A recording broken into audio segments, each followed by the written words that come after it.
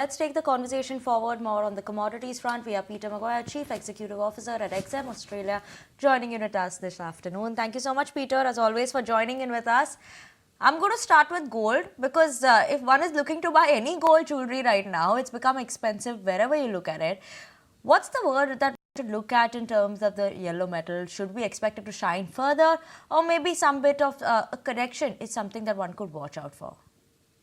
Well, good afternoon, Vinny. I think it's certainly got some upside from here. It's had an almighty rally when we put our mind back to, I was over there in Mumbai only a couple of months ago, and it's up the best part of $150 or more since then. So it's had a very strong move to the upside. And I feel as though that there's even more to go yet, I'd say, in this quarter. It's hard to forecast how much further aggressively it'll go. But in the short run, I think it's probably got, a 2350 to 2400 handle very, very quickly. There has been a very sharp up move in the last 3 to 4 months itself. But what was lagging was silver, that other metal, and that wasn't shining so bright. But in the last 1 month, that too has managed to catch up a good 14-15%. Do you think going forward there could be a case that silver outperforms in terms of just the pace of returns versus gold? I think so, Anisha, and I think a couple of reasons why. I think there's been tremendous under investment across that whole silver market, and that's been really over the last decade or more. There's the first part. You've got industrial demand, very, very strong industrial demand for silver, and you've got a market that has been very suppressed. $26.50 at the moment. As you said, it's rallied, but it was around that 22, 23. It was languishing, and now it's getting certainly getting some horsepower behind it. And I feel as though that's probably got more upside than gold over the next matter of months from a in the sense of a performance and a ratio to gold, of course. Absolutely, Peter. What we're finally seeing is that everyone kept talking about the China economy performing. Now seems like some data points have come in where we are seeing that some bit of an improvement coming in the China economy, a recovery coming in there, especially in terms of when you're talking about the manufacturing activity as well. It's at a 13-month high in China. How should one be reading that for the other metals, whether you compare a copper or an iron ore? What is it that one should understand from this?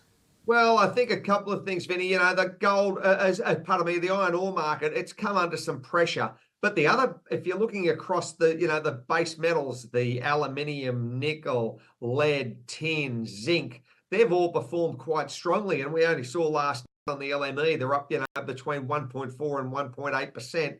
Still relatively cheap. You've got copper knocking on $9,000 a metric ton's door, and tin running at around about 28,000 a metric ton. So I think there's certainly a little bit more horsepower again on those markets, more opportunity for upside.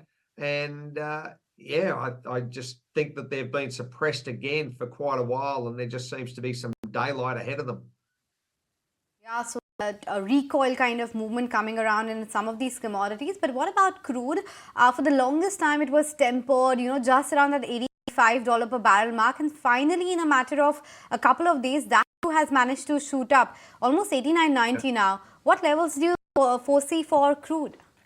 Yeah, I think so. I mean, when you're looking at it, it's had a tremendous run up. And also when you're thinking about where WTI is, 85 plus, 85 and a quarter, and you've got Brent sitting at $89.10, I feel as though that $90 will be taken out pretty quickly. And I won't be surprised probably, this month to take even 95. It's hard to forecast how much more aggressive, but it's had such a big move over since the start of the first quarter. It's been dramatic. And if you're going to see these geopolitical concerns start to really ramp up, then that is the answer to drive crude prices higher. So you've got the situation in Russia.